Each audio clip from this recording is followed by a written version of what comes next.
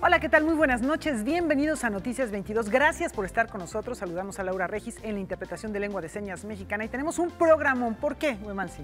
Bueno, tenemos muchísimas cosas para compartir con ustedes. Ya saben, desde el registro cultural hasta los problemas urgentes que tenemos en la ciudad y en todas partes del mundo. Pero parte de lo que vamos a tener es, por ejemplo, una entrevista con Ramón Vargas, quien regresa al escenario con Don Giovanni.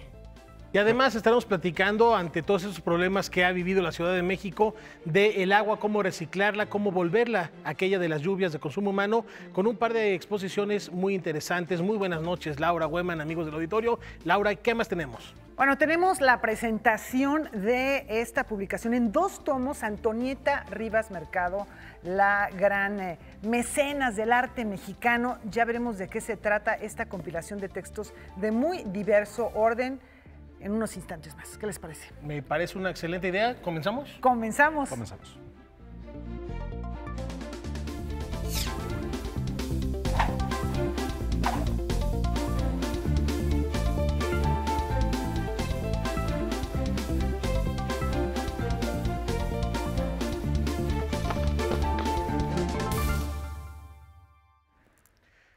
Bueno, y los grandes maestros del arte popular son reconocidos por sus aportes al patrimonio Weman, que hemos venido platicando muchas veces.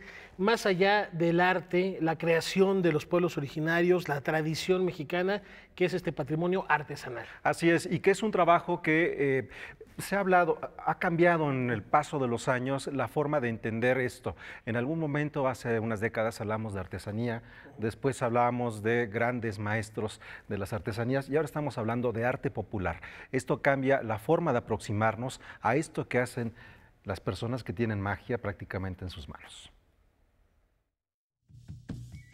El arte popular mexicano guarda un legado de técnicas heredadas a través de los años. La cerámica, la alfarería y diversos tratamientos textiles como el bordado o el deshilado son algunas de ellas y forman parte de las 9 categorías del 5º concurso nacional Grandes Maestros del Patrimonio Artesanal de México 2018, organizado por el FONART y Fomento Cultural Banamex. Lo principal es que sea arte popular mexicano, es decir, que es aquella artesanía que contiene muchos elementos culturales característicos de las regiones, con elaboración en materias primas poco procesadas o nada procesadas, no industrializadas, que tienen este sello cultural mexicano muy fuerte y que es elaborada por maestros artesanos denominados como tal, es decir, no cualquier artesano es maestro artesano, esta es una denominación que ellos adquieren a partir de haber participado y ganado en otros concursos nacionales. Durante la ceremonia se otorgaron un premio nacional, además de 2 premios especiales a técnica y 1 más a diseño, 9 galardones, 1 por cada categoría y 5 menciones honoríficas. Para este concurso conjugamos una bolsa de premios de 1.300.000 pesos para 18 ganadores. Esto quiere decir que fue importante la cantidad de premios que se recibieron. Los artesanos enviaron sus propuestas y un jurado determinó a los ganadores en cada categoría. Invitan a un jurado diverso y conocedor con distintos enfoques a distintas disciplinas y se tiene todo el acopio general de las piezas, se divide en equipos por distintas especialidades o ramas o materias primas y se van escogiendo las mejores piezas y luego se delibera. El certamen apoya a los artistas con estímulos económicos y da visibilidad a sus obras, que además son puestas a la venta. Vale muchísimo la pena y además es que si nos ponemos a ver en los resultados de los censos económicos de INEGI, la venta del producto de artesanías sí es una venta ya considerable en el Producto Interno Bruto, no es tan desdeñosa. Los mexicanos compramos mucho arte popular y mucha artesanía. Es mucho más importante económicamente de lo que pensamos. Con información de Fernando Salinas, César H. Meléndez, Noticias 22. Bueno, verdaderamente es emocionante cuando vemos todos estos trabajos y que se han presentado con regularidad ahí en la casa, o lo que conocemos como la casa de Iturbide, aunque solamente pasó una noche hospedado en ese lugar, ¿no? Suficiente para dejarle el nombre y el recuerdo y revalorar todo ese trabajo que hacen los artesanos, los artistas de México. Y a propósito de arte y de tradiciones, Laura, hay otras que no son tan mexicanas, pero que están bien arraigadas también. Y sobre todo hacia la Navidad, que esto prácticamente es un anuncio ya de estas fiestas decembrinas, porque faltan unas cuantas semanas para que podamos disfrutar nuevamente de la magia del cascanueces en el Auditorio Nacional, y con la cual la Compañía Nacional de Danza busca romper un nuevo récord.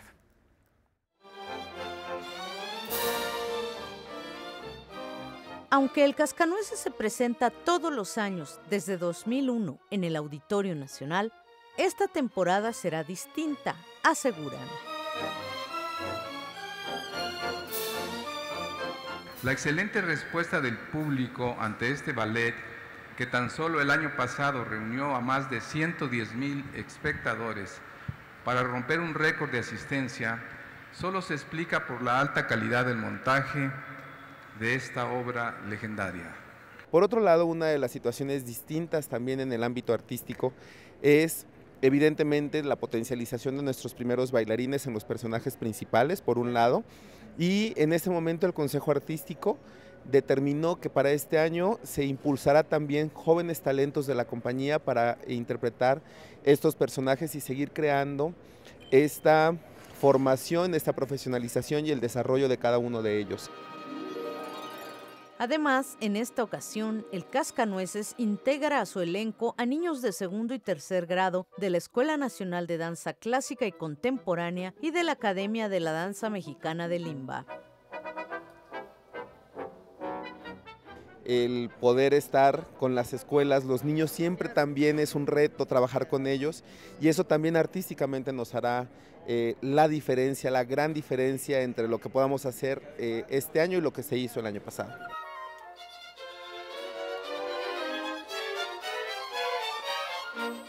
La música de este entrañable ballet será interpretada por la Orquesta del Teatro de Bellas Artes bajo la batuta de Servadini. Las funciones serán del 14 al 23 de diciembre.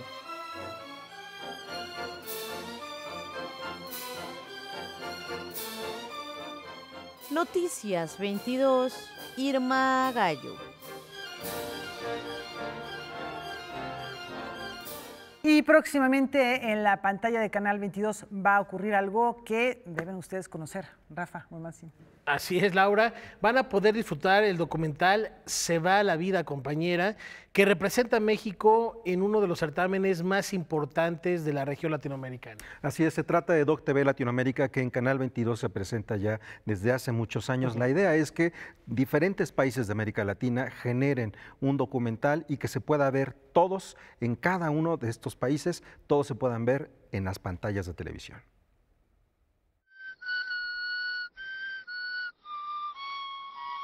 Los países que integran la red Doc TV, a través de una alianza estratégica de autoridades audiovisuales y televisoras públicas, cumple 6 ediciones de realizar Doc TV Latinoamérica, un programa de fomento a la producción y teledifusión del documental latinoamericano. Este programa, que se llama Doc TV, surgió a partir del interés de las ahora 22 autoridades cinematográficas y audiovisuales de América Latina, porque quisimos dar visiones de lo que representa el quehacer artístico y cultural en todas sus dimensiones o en sus más diversas dimensiones en nuestros países. Y fue así que comenzó, si mal no recuerdo, 12 años atrás, de manera muy informe. No le fue fácil adquirir identidad y finalmente llegamos a esta propuesta que, por ejemplo, en este caso, es la música. Dividida en ejes temáticos, Docs TV en música, nuestros pueblos se unen para compartir las músicas que colorean y dan forma a nuestras vidas y a nuestras causas, como es el caso de Se va la vida, compañera. La música y la ciudad son el cuerpo o el contexto donde se desarrollan pues 3 luchas populares urbanas, ¿no?, de la ciudad. Las mujeres, ustedes, muy valientes, se enfrentaban a la policía. Yo soy de un pueblo indígena y la sangre que traigo pues, es sangre digna, guerrera, y voy a seguir luchando. Nací en la colonia de Guerrero y después en varios barrios, después en la Martín Carrera, y a través de, pues, de mi vida y de mi gusto por hacer canciones me fue relacionando con luchas obreras y luchas campesinas, vecinales, etcétera. Y curiosamente después de muchos años surge esta posibilidad de hacer un documental.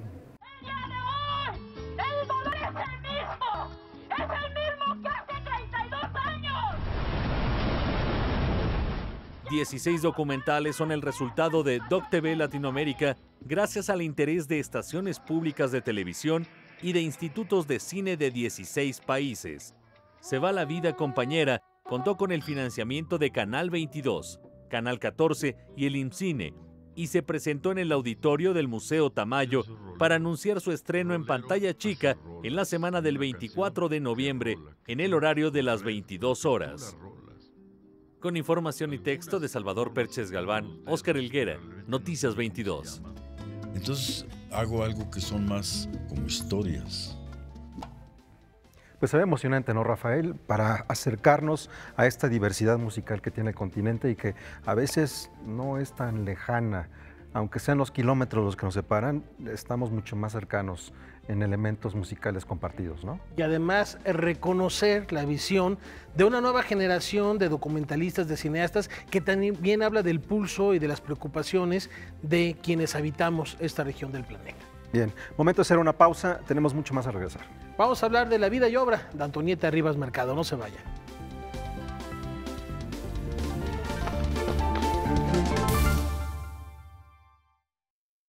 Taide Acosta Gamas está con nosotros para platicarnos acerca de una publicación, diría yo, titánica, porque es una investigación que se realizó a partir de la más diversa variedad de documentos, entrevistas. Te entrevistaste con muchas personas que estuvieron cerca o que tenían documentos, fotografías de uno de los personajes más fascinantes de la historia de México y al cual conocemos desde su ángulo, sobre todo de mecenas, también de modelo, de actriz, pero como mujer de letras, como ensayista, como creadora de un epistolario riquísimo con figuras muy destacadas de la cultura. Antonieta Rivas Mercado. Sí, Laura, pero sobre todo esto que comentas, de que la conocemos como mecenas, como símbolo, como modelo, yo lo que quería con este libro era que resaltar esa parte de la Antonieta escritora. Sobre todo Antonieta se sentía escritora ella misma, ella se consideraba escritora antes que otra cosa. Entonces yo quería quitar un poco ese mito de la mecenas. Sí ayudó, como no, ayudó al grupo Ulises, al grupo Contemporáneos, ayudó en la campaña de Vasconcelos, ayudó a Carlos Chávez para la creación de la Orquesta Sinfónica de México, ahora Orquesta Sinfónica Nacional, pero sobre todo desde el principio escribía Antonieta y yo quería rescatar como esa parte, además de que escribía, era traductora, fue profesora de teatro, era actriz, directora teatral, entonces quería rescatar esa parte que la gente habla mucho de Antonieta, pero creo que no la leemos, y ponerla como una integrante más del grupo Ulises y del grupo Contemporáneos, porque además los contemporáneos sí la consideraban una igual y sí la consideraban parte del grupo, la única mujer que escribía en el grupo. Ahora, ¿cómo empezaste esta recopilación y cuándo fue que iniciaste a reunir los textos? En el primer tomo tenemos cuento, teatro, ensayo, prosa varia, traducción, novela y crónica. En el segundo tomo está diario, epistolario y apéndices. Bueno, sí. Yo creo que por ahí también hay mucha riqueza, ¿no? La investigación la empecé hace muchos años, la empecé desde 1999, pero fue a partir como del año de 2003 que conocí al maestro Miguel Capistrán. Y Miguel Capistrán me empezó a enseñar como ese mundo de Antonieta. Me dijo, para acercarte a Antonieta, primero te tienes que acercar al grupo Contemporáneos. Entonces empecé a investigar al grupo Contemporáneos. Como estaba estudiando literatura en la UNAM, en la Facultad de Filosofía y Letras, para mi licenciatura hice tesis sobre el grupo Ulises y Contemporáneos y ya metí ahí a Antonieta Rivas Mercado como parte del grupo. Entonces, durante todos estos años he recolectado cosas, he hablado con personas, hablé obviamente con la familia de Antonieta, con Andrés Senestrosa, sobre todo con el maestro Miguel Capistrán, que él con su contacto directo con Salvador Novo, Celestino Gorostiza, el mismo Manuel Rodríguez Lozano, que tuvo la oportunidad de entrevistarlo, me iba llenando de experiencias, de cosas, ¿no? De datos. Ana García Lorca, por ejemplo, por ahí también... Laura García Lorca. Sí, Laura la conocí hace poquito y la conocí más o menos hace 2 años y fue muy generosa, me prestó una carta que Antonieta le envió a Federico, una tarjeta que siempre conocíamos nada más la foto de Antonieta sentada con Vasconcelos, y la foto. Y cuando veo, es una postal. Entonces, en la parte de atrás es una cartita de Antonieta a Federico García Lorca. Las fotos, que aunque son de Emilio Amero, el fotógrafo y pintor, las fotos, los documentos son de Laura García Lorca, de la Fundación García Lorca. Porque cuando uno ve los agradecimientos, te acercaste a muchísima gente. Sí. Figuras importantes para ti fue Carlos Fuentes. Claro, y Silvia Lemos. Claro, por supuesto. Tengo que decirlo, la única persona que realmente me ayudó para la publicación del libro fue Silvia Lemos. Fue muy generosa conmigo, me dio como una especie de beca para que yo pudiera seguir trabajando mi libro. Sí, ha sido muy generosa conmigo. Carlos Fuentes es fundamental porque yo tenía fascinación con el Ángel de la Independencia y fue en 1999 cuando leí Los años con Laura Díaz que encontré en un capítulo, Carlos Fuentes dice que Laura Díaz ve la caída del ángel y que no está el ángel, que es la señorita Antonieta Rivas Mercado. Y de ahí nació todo. Me empecé a buscar datos de Antonieta, quién era Antonieta Rivas Mercado, encontré la biografía de Fabián Bradú. Tengo también que comentar que en 2003 trabajé un tiempo con la doctora Fabián Bradú, haciendo servicio social con ella cuando estaba haciendo el epistolario de Antonieta, entonces también ahí aprendí muchísimo. Luego conocí al maestro Capistrán.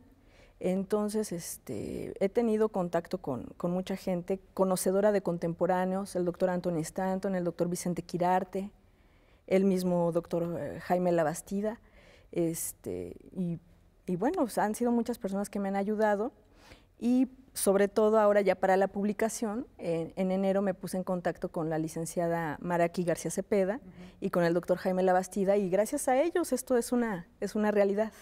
Esta compilación, este estudio profundo que has hecho, la investigación, está dirigida a público para especialistas que quieran conocer una de las épocas más ricas y diversas de la creación mexicana, porque bueno, Antonieta Rivas Mercado tenía como, lo acabas de mencionar, relación con artistas plásticos, con gente de teatro, con escritores. Bueno, ella misma fue bailarina con posibilidades de hacerlo de manera profesional en Francia. En fin, estaba vinculada a muchas manifestaciones artísticas.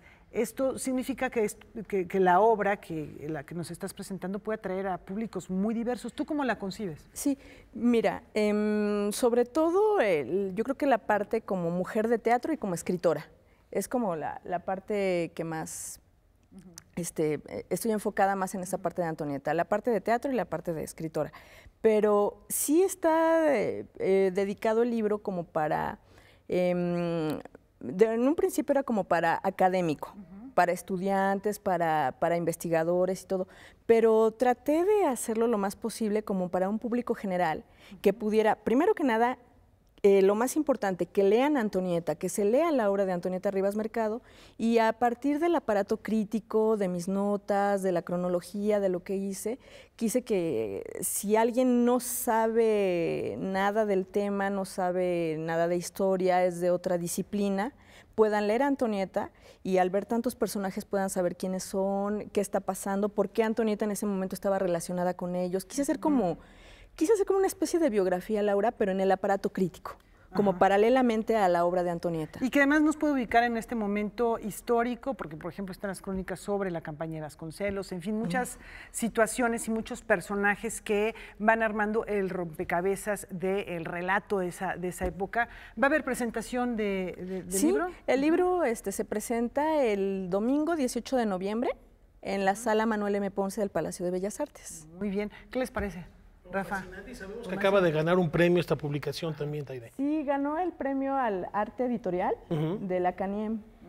Sí, el 15 de noviembre es la entrega del premio. Dobles felicidades, Ay, entonces, gracias. uno por esta ardua investigación que ya se consolida en estos 2 tomos hermosos y además por este reconocimiento también de la CANIEM. No, gracias a ustedes. Y a mí me llama mucho la atención, digo, qué bueno, me encanta, ya estaré buscando el libro porque me parece fundamental pensar en este personaje, en ese contexto de grandes personajes que hoy hablamos de ellos a la distancia como los generadores de la idea de cultura en México, pero cuando estaban trabajando simplemente no se asumían necesariamente como esas personas que iban a terminar por dar la identidad cultural del país que hoy llamamos México, ¿no? Claro, y les comento, sobre todo esa parte de incluir ya a Antonieta como un integrante más del grupo Contemporáneos y como la escritora que es, además que considero que eres una buena escritora.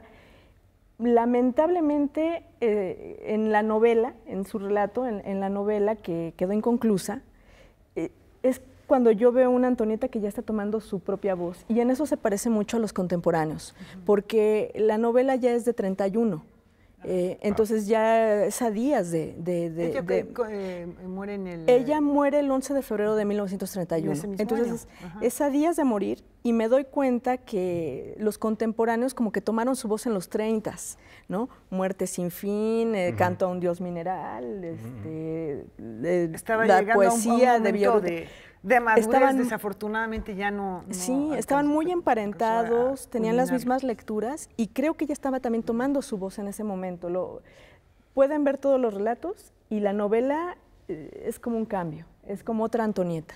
Taide, muchísimas gracias por esta invitación y por traernos estos 2 tomos. Gracias, qué gentiles, gracias. Muchas gracias, felicidades. Gracias. Y de la literatura nos vamos al cine y de manera particular a Hermosillo, Sonora. Bueno. Así es, porque ahí se van a recibir a diferentes jóvenes muy, muy entusiastas para aproximarse al cine. Acercar a las nuevas generaciones a los oficios del séptimo arte, sus encrucijadas y nuevos entornos. Descentralizar su creación y abordar las plataformas tecnológicas emergentes es el cometido del Taller Cinematográfico Horizontes, que en su segunda edición se llevará a cabo en Hermosillo, Sonora. La base fuerte será el guión, y después tendremos talleres de dirección, producción, exhibición, distribución, y también entraremos un poco en lo que son los nuevos medios, que es importante ya empezar a hablar de ellos, como realidad virtual, 360, y bueno, contaremos con un masterclass también de documental con Juan Carlos Rulfo, Michael Rowe en guión, yo en producción, Jimena Montemayor en dirección, Edgar San Juan, en fin. Algunos de los impulsores del taller son la Asociación Civil Cultural Jicao, Sula Films, IMCINE y el Instituto Sonorense de Cultura. Otro de los ámbitos que aborda el taller es una perspectiva transmedia. Yo creo que es fundamental, al final de cuentas, es contar una historia. La diferencia es que hay diferente tecnología para hacerlo. También hay plataformas distintas, también como para poner esa historia. Y cada plataforma es específico cómo debes de contar la historia. Es importante, no puedes hacer una película y ponerlas en todas las plataformas. Es diferente, no puedes hacer una película y hacer un contenido de realidad virtual de esa película igual. Para Alejandro Sujich, el entorno del cine ofrece oportunidades locales en una industria que tradicionalmente se ha entendido como monopolio global. Yo le apuesto siempre a contar, y por eso es como la idea de este taller, de apostar por historias locales, historias regionales, historias de nuestra cultura, porque para mí es la única forma en cómo nosotros podemos competir realmente, ¿no? O sea, al final de cuentas, una película de X personaje americana, pues es un producto global, ¿no? Entonces, si es un producto global, pues el presupuesto es global, es masivo, ¿no? La única forma de atacar nosotros es por medio de nuestra cultura. El taller cinematográfico Horizontes, que el año pasado se realizó en Ciudad Obregón, Sonora, con alrededor de 50 participantes, se realizará este año en Hermosillo y planea duplicar su convocatoria a casi 100 interesados. La información del taller está disponible en la página electrónica que aparece en su pantalla. La fecha límite de inscripción es el 16 de noviembre. Noticias 22, Víctor Gaspar. Pues ahí están algunos días todavía para poder inscribirse. Y con esto nos vamos a una brevísima pausa, pero tenemos mucho más aquí en Noticias 22. Volvemos.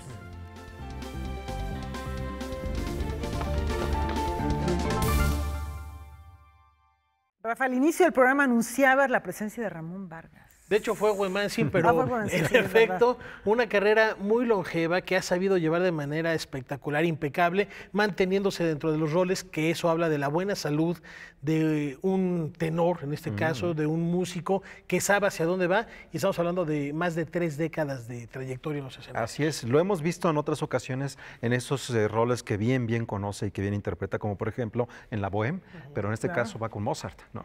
Va de un Don Giovanni a una Lucia de Lammermoor para celebrar este aniversario.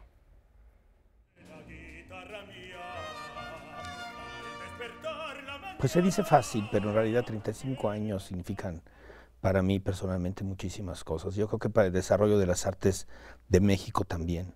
Hay más artistas mexicanos fuera, hay más artistas mexicanos que estamos haciendo patria fuera de nuestro país, que estamos dando una imagen de México diferente a lo que mucha gente cree que es México. Eso es hacer patria.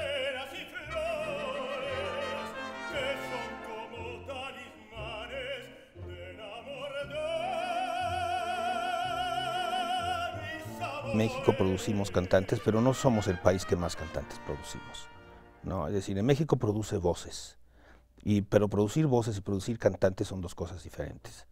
El cantante se forma, las voces nacen y nosotros tenemos grandes voces derivadas de nuestra forma de ser, ¿no? En México todo el mundo cantamos, tenemos un acervo musical popular gigantesco. Yo no creo que haya ni en el mundo uno parecido al nuestro. Creo, y a lo mejor me van a crucificar algunos, que nuestra música popular es superior a la música clásica a nivel musical.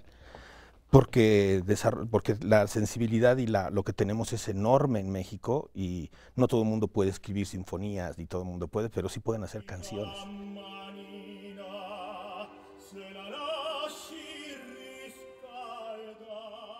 Mi padre lo amaba tanto y me hacía cantar sus canciones, ¿no? Desde niño, entonces me las tenía que aprender. Me acuerdo de esos discos que habían no debo hacer propaganda, pero selecciones del Reader Digest, ¿te recuerdas? Y sacaban unos álbumes completos de Agustín Lara, se llamaba Mujer, y habían como 8 o 9 discos ahí dentro que yo creo que ya se habían acabado de tanto que los habíamos utilizado, ¿no? Desde los grandes intérpretes de Pedro Vargas, Toña la Negra, Alejandro Algara y muchos otros, ¿no? que ponía y que yo les escuchaba desde muy niño. Después la ópera entró en mi vida, pero en realidad yo nací con esta música.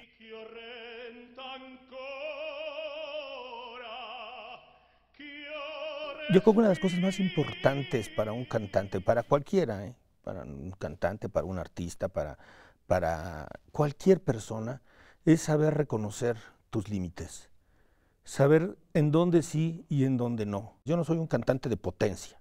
Hay voces que son más potentes que la mía. Yo no soy un cantante de fuerza, como un boxeador que no es un boxeador de fuerza. Yo soy un boxeador, vamos a decir, técnico, ¿no? Yo soy un cantante de técnica, yo soy un cantante que me gusta frasear largo, hacer las frases largas y emocionales.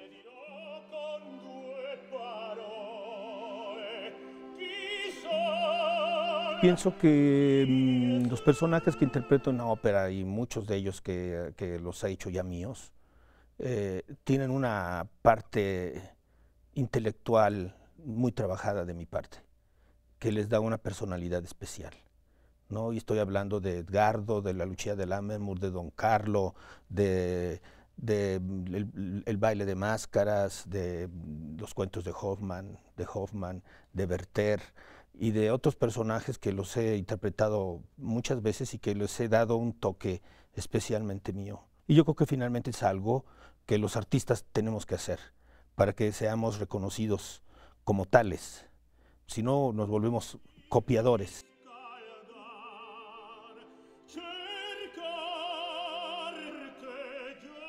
Mi gala es el 10 de este mes, es el sábado, a las 7 de la noche en el Teatro del Bicentenario de León, Guanajuato. Voy a cantar desde Mozart, como dijiste, vamos a hacer duetos con Leticia, vamos a cantar Donizetti, mi amado Donizetti, Lucia, voy a cantar Verdi, en fin, es algo que puede ser significativo en este momento de mi carrera y de mi vida artística que estoy viviendo actualmente.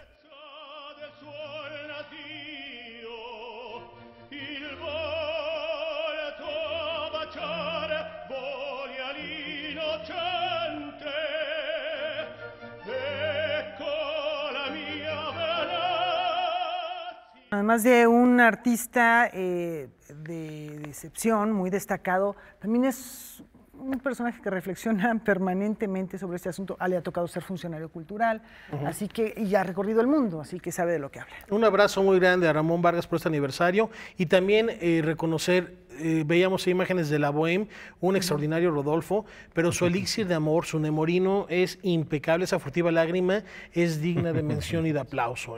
No cualquier tenor la interpreta con esa dulzura de Ramón. Sí, no, bueno, tal vez sean sus momentos más representativos como cantante, ¿no, Rafael? Que con el paso de los años se mantiene y eso habla mucho de esa técnica a la cual él se refería en la entrevista, ¿no? Habrá que ir a León este sábado. Sí, Bueno. Y tenemos más información, Laura. Efectivamente, ayer les presentamos la primera parte de un reportaje en torno a lo que está ocurriendo en la Secretaría de Comunicaciones y Transportes y vamos a una segunda entrega para conocer cuál será el futuro del patrimonio artístico que están ahí en sus muros. El edificio está dañado. ¿Qué es lo que va a pasar con esos murales, con esas obras artísticas tan importantes, tan valiosas?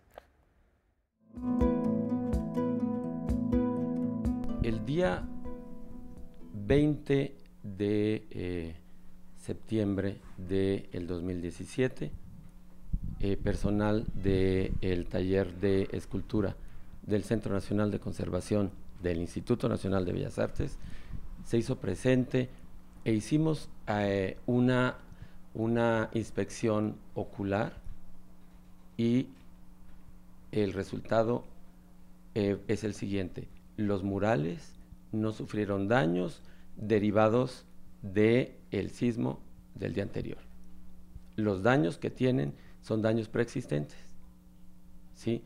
De tal manera que yo quisiera apuntar que desde el 2013 había un proyecto de restauración de los murales, proyecto que luego se retoma en el 15 y se retoma en el 16, y unos días antes del terremoto nosotros nos comunicamos con SCT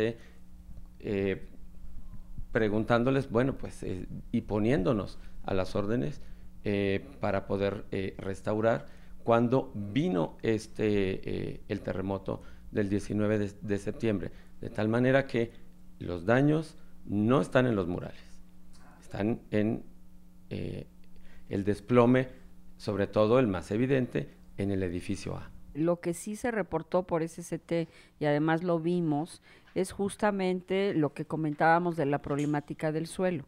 Con el sismo del 19 de septiembre de 2017, esto se acentuó con daños pues desde luego en la explanada, ¿no? Empezó a observarse una serie de asentamientos diferenciales, pues que dan cuenta de que hay que revisar ese tema. En la explanada se encuentra la escultura de Cuauhtémoc de Rodrigo Arenas Betancourt y el relieve escultórico es de Francisco Zúñiga. El conjunto escultórico del maestro Zúñiga y el Cuauhtémoc, que está en el centro de la plaza, fueron atendidos en 2013 por Cencropam y no tienen ningún daño. ¿Sí? O sea, no sufrieron daño alguno derivado de el sismo del 19 de septiembre de 2017. Sin duda y afortunadamente no es lo mismo la obra del maestro Zúñiga, que está integrada a la arquitectura, como decía Ernesto, la arquitectura y la integración plástica están ahí presentes, y ahí afortunadamente no hay ninguna afectación, por lo menos aparente, ¿no? Pero bueno, es un trabajo de meses, es un trabajo cuidadoso que requiere todo un proceso de diagnóstico primero, tanto por el tema arquitectónico y del suelo, como de todo lo que implica, que ya nos comentará Ernesto, todos los sistemas de fijación que presenta la obra plástica, ¿no? Actualmente, el Instituto Nacional de Bellas Artes, a través de sus distintas direcciones, está colaborando con la Secretaría de Comunicaciones y Transportes para intervenir los edificios y posteriormente la obra, la cual permanecerá en el sitio. Bueno, SST tiene el tema del aseguramiento del conjunto. O sea, ellos por ley, como Secretaría de Estado, pues tienen contemplada esa situación para todo su patrimonio inmobiliario. O sea, en ese sentido, el Instituto Nacional de Bellas Artes ve la parte técnica y normativa. Toda la parte administrativa está a cargo de la Secretaría. En reiteradas ocasiones, SST ha dicho y ha repetido que no se van a ir al aeropuerto, ¿sí? Otro de los asuntos, cuestiones que podríamos agregar aquí es que justamente el Instituto de Bellas Artes, en coordinación con SST, ¿sí?, están desmontando los paneles del edificio A exclusivamente. Y del edificio A, aquellos que ya te explicó Ernesto, están sobre bastidores, ¿sí? Edificio A, ¿sí? Los que están sobre bastidores, y de esos, los que están reconstruidos entre 85 y 88, ¿sí? ¿Y qué hicimos? Bajarlos y colocarlos en una bodega en el mismo sitio. ¿Por qué? Porque se tienen que quedar ahí. Porque, como bien dice la arquitecta, son de ese lugar y de ese tiempo, y la comunidad los ha hecho suyos. Los estudios por parte del INBA, con la ayuda del Instituto de Ingeniería de la UNAM, continuarán, mientras se analiza cómo están fijados los murales. Una vez concluido esto, se decidirá cómo será intervenido el edificio en su conjunto. Noticias 22, Alberto Aranda.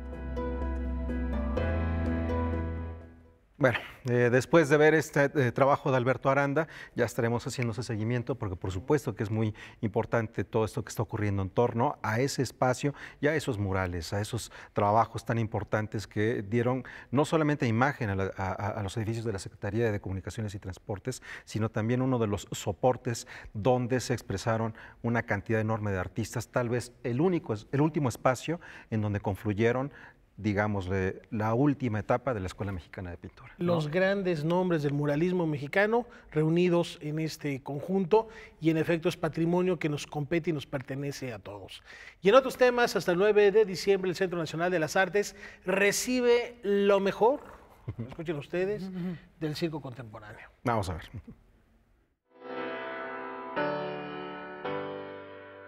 Con la participación de compañías profesionales de Perú, Argentina, Venezuela, Uruguay, España, Costa Rica y desde luego México, el Centro Nacional de las Artes recibe la tercera edición del Festival Internacional Escenarios Suspendidos 2018.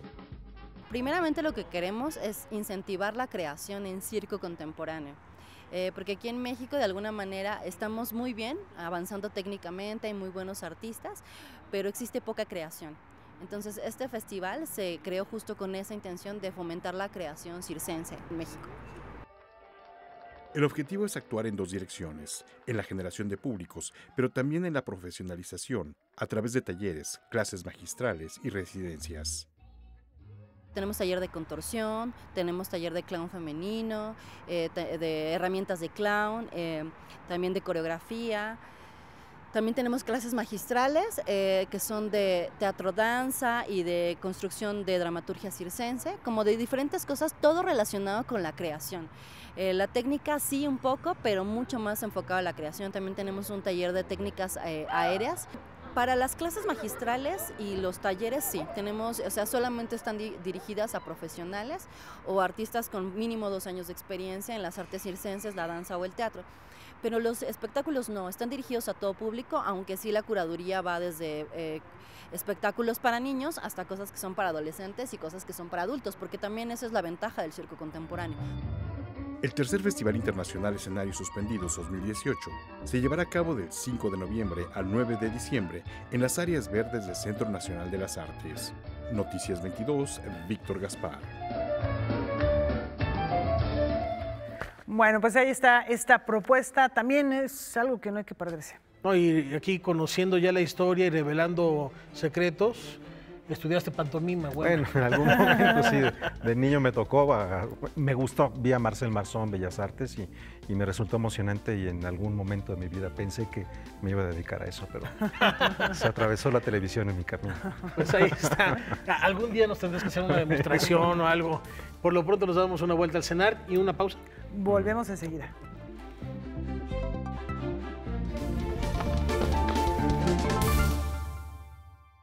Quienes vivimos en la Ciudad de México hemos estado experimentando una situación muy particular que es el desabasto de agua, algo que nos debería llevar a la reflexión sobre nuestro consumo cotidiano en torno a este líquido y quizá tomar conciencia y decir, bueno, realmente necesitamos todo lo que usamos, podríamos buscar maneras distintas y esto es algo que ha llevado a una muestra que se presenta actualmente. Que dicho sea de paso, perdón, no es solo un problema que nos compete a nosotros en la Ciudad de México y la zona conurbada, que también hay que informar que ya hoy, en estos momentos, se debe estar reabasteciendo, según las últimas informaciones, el suministro de agua y ahora sí. Ahora sí, bueno, vamos con esto que tiene mucho que ver. Hay muchas investigaciones que se han dado, particularmente en los últimos 25 30 años, que tienen que ver con la forma de aprovechar y de reflexionar, no solamente aprovechar el agua en la Ciudad de México, sino reflexionar también a partir del agua a esta ciudad. Mi nombre es Renata Fenton, soy cofundadora de Isla Urbana y también soy directora de diseño industrial. Desde el 2009 se funda el proyecto. Isla Urbana funciona no solo como una asociación civil en donde diseñamos sistemas de captación para comunidades con escasez, pero también funciona como una empresa y en la empresa desarrollamos kits y sistemas de captación para el público en general. Creemos que es una respuesta viable y pertinente para las problemáticas hídricas que se viven en la Ciudad de México.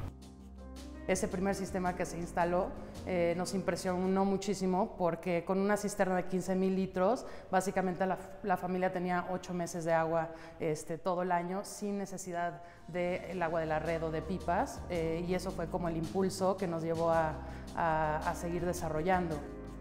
En época de lluvia como caen torrenciales y lo único que provocan es caos y tenemos en realidad una relación como bastante antagonista con un recurso tan preciado que es el agua. Lo que queremos es que a través de los sistemas de captación las familias se reconecten con los sistemas, con los ciclos hídricos naturales, que le pierdan el miedo a la lluvia. En realidad todo lo que sale del agua de la llave es agua de lluvia. Desde ese primer sistema de captación que teníamos como poca idea sobre la captación, pues hemos ido aprendiendo de experiencia de lo que es captar el agua de lluvia, que no es nada más canalizarlo de un techo y echarlo a una cisterna y consumirlo, es procesarlo y que tenga la mejor calidad posible.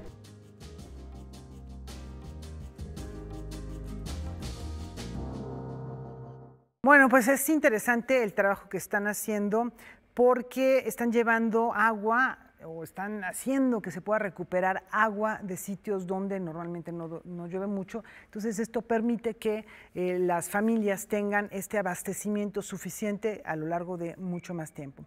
Y bueno, la Fundación Cántaro Azul es una asociación civil que trabaja con comunidades rurales también para defender el derecho humano al agua y al saneamiento. Esta es también una propuesta que les invitamos a conocer. Yo soy Edalí Murillo Gómez, colaboré con Cántaro Azul como coordinadora de diseño tecnológico. Cántaro Azul lleva casi 12 años desarrollando sistemas de desinfección para comunidades rurales y comunidades indígenas El trabajo se ha enfocado sobre todo en el sur de México, en la zona de los Altos Chapanecos, donde hay una problemática fuerte en cuanto al acceso y a la calidad del agua. La fundación comenzó en Baja California Sur, se ha movido por diferentes estados de la República y ha tenido como diferentes proyectos. Estos 12 años, pues la fundación ha crecido muchísimo, digamos, es una problemática presente en muchos lugares, ¿no? Y bueno, ahorita ya la fundación entra como a una siguiente etapa en la que ya empieza a colaborar, a incidir en políticas públicas. Ya estamos promoviendo dentro, digamos, de las políticas el derecho humano al agua en cantidad y calidad suficiente para todos y para todas, y especialmente enfocado a la población más vulnerable. Creo que es un problema que no solamente compete a nivel gobierno, ¿no? Por ejemplo, en la Ciudad de México, cada gota que llega a tu casa pues tiene como una historia que arrastra muchas implicaciones, ¿no? A nivel social, económico, a nivel técnico, administrativo. La gestión del agua como a futuro se visualiza más como en otro nivel de gobernanza, en el que pues también la sociedad es partícipe de esa gestión, ¿no? Y del manejo del agua, y del desecho del agua también, ¿no? Queremos como acercar estas voces para que nos informemos más y podamos proponer soluciones, ¿no? En todos los niveles y desde diferentes disciplinas. Bueno, tienen ustedes un par de propuestas que nos ayudan a repensar nuestro consumo del agua. También hay una recomendación que quisiera aprovechar y hacerles. En el Instituto de Investigaciones Estéticas de la UNAM hay un libro que se llama Acuópolis, de Peter Krieger, que nos invita también a reflexionar concretamente en esta ciudad, en la Ciudad de México, y el vínculo histórico, desarrollo, crecimiento y caos que ha tenido a partir de la forma en la que ha entendido el agua hasta este momento. Así que es una lectura también muy, muy interesante, acercarnos desde la estética a temas ecológicos. Y poner énfasis que cuando hablamos de reciclaje o de reuso de agua, no es solo para consumo humano, también estamos hablando del hundimiento de las grandes ciudades, de manera particular. Ahí está Venecia, de manera particular, la Ciudad de México, nada más como ejemplos de lo que estamos haciendo con un consumo desmedido del agua. Y esto también que les presentamos a continuación tiene que ver con agua y arte. Casa del Lago inaugura un nuevo espacio de exposiciones. Con una exposición fotográfica protagonizada por el reino animal marino en su máximo esplendor, la Casa del Lago Juan José Arreola inaugura un nuevo espacio de exhibición. Como ya sucedía con el bosque de Chapultepec, el recinto universitario hace de sus rejas una galería abierta que busca establecer otro tipo de interlocución con sus visitantes. Tenemos actividades que suceden dentro de la casa, dentro de las galerías, dentro de los foros también, ¿no? Y la virtud de estar aquí en las rejas es que es una manera de interpelar y de llamar la atención, digamos, del público habitual que tiene el bosque. La intención de este espacio es justamente invitar a la gente a que vea lo que estamos presentando aquí y a que sea también un aliciente para que pasen al interior de la casa y conozcan el resto de las actividades. Te puedo comentar, tenemos una exposición, por ejemplo, Constelaciones de la Audiomáquina, que es una revisión del arte sonoro y de la música experimental en México, organizada por Carlos Prieto. Está actualmente en el Museo Soriano en Cuernavaca, vendrá acá a la Casa del Lago el año que entra y tendrá también un reflejo, por ejemplo, en este espacio de las rejas, ¿no? La exposición Reino Silencioso, un mundo debajo de las olas, está conformada por 22 obras de gran formato, autoría del reconocido fotógrafo submarino Christian Wiesel. La muestra, que podrá ser vista hasta el 20 de febrero, se enmarca dentro de las actividades de EarthX México. Durante la semana tendremos estas actividades de EarthX aquí, van a ser de todo tipo, conferencias, mesas redondas, exposiciones de stands, también bastantes proyecciones de películas, ¿no?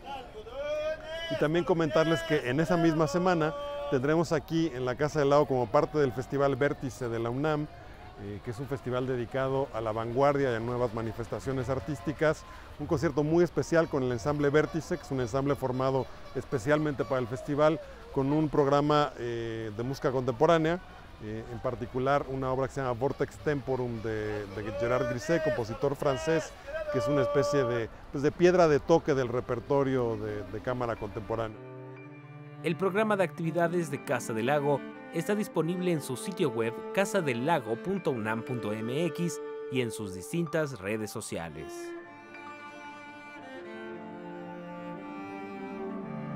Para Noticias 22, César H. Meléndez. Extraordinarias imágenes ya casi para despedirnos. También por eso hay que cuidar el agua, para que También, esos seres para puedan... que permanezcan ahí. Y nos vamos con música que también tiene que ver con el agua, porque esto es Azul, recordando a uno de los grandes compositores de nuestra tierra. Así es, se trata de Agustín Lara, que un día como hoy falleció hace 48 años, uno de los grandes compositores que, por cierto, no leía partitura. Este es uno de los músicos, grandes músicos de México que hizo todo eso sin leer ningún tipo de nota. Vaya, pues el recuerdo al Flaco de Oro y la invitación a que nos acompañen mañana en el horario de costumbre. Disfrútenlo.